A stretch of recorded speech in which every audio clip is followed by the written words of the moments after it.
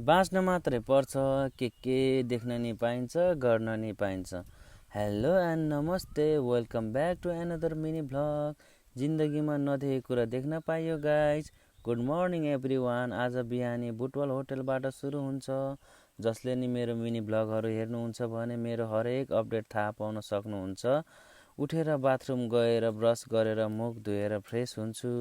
Fresh भएर कपडा सपडा लगाएर म चाहिँ रेडी हुन्छु फ्यामिली टुर हान्न। हामी बसेको होटेलदेखि 30 किलोमिटर टाढा थियो। ट्राभल गरेर पुगेर लेफ्ट राइट गर्दै सबैजना। साँच्चै भन्नुपर्दा लुम्बिनी नाम जस्तै एकदम शान्त र सुन्दर रहेछ। मन एकदम खुसी भयो।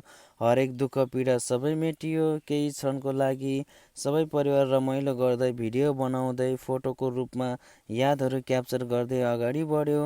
अब यत्रो मन्दिरमा आएको 108 दियो बत्ती नि बालियो। सबैले एक एक गरेर जुन ठाउँमा जानु एकदमै मनैबाट रहर इच्छा थियो। कुनै बेला हामीले किताबमा एउटा कथाको रूपमा पढ्ने गर्थ्यो।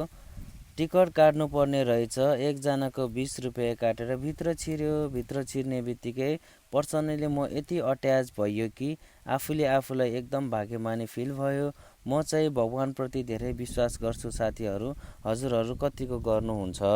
यदि गर्नुहुन्छ भने कमेन्टमा प्लिज लेख्नुहोला। सुनेको मात्र थिए कि यस्तो ठाउँमा यस्तो छ भनेर, तर आज प्रत्यक्ष रूपमा आफूले देख्न पाइयो।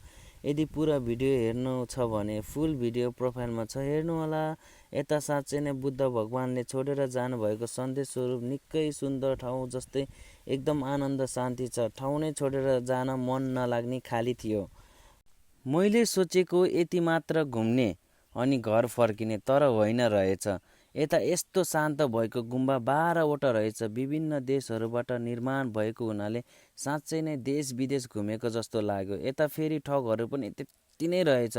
भगवानको नाममा मौकाका फाइदा उठाउनेहरू धेरै रहेछ। सुरुमा पैदल यात्रा गरेँ, तर साना साना बच्चाहरूलाई हिँड्न गाह्रो भएर सफारी बुक गरेँ। खासै भनौँ भने हामी ठुलालाई नै हिँड्न लास गाह्रो भइरहेको थियो। जे होस्, सफारीले गुम्बाको ढोका ढोकामा लगेर छोड्ने रहेछ। यसरी प्राय सब गुम्बामा दर्शन गरेर घरतर्फ फर्कियो। फर्किँदा सिजी टेम्पल छिर्ने सोच थियो। सबैलाई लास थकाइ भएकोले छिरेन।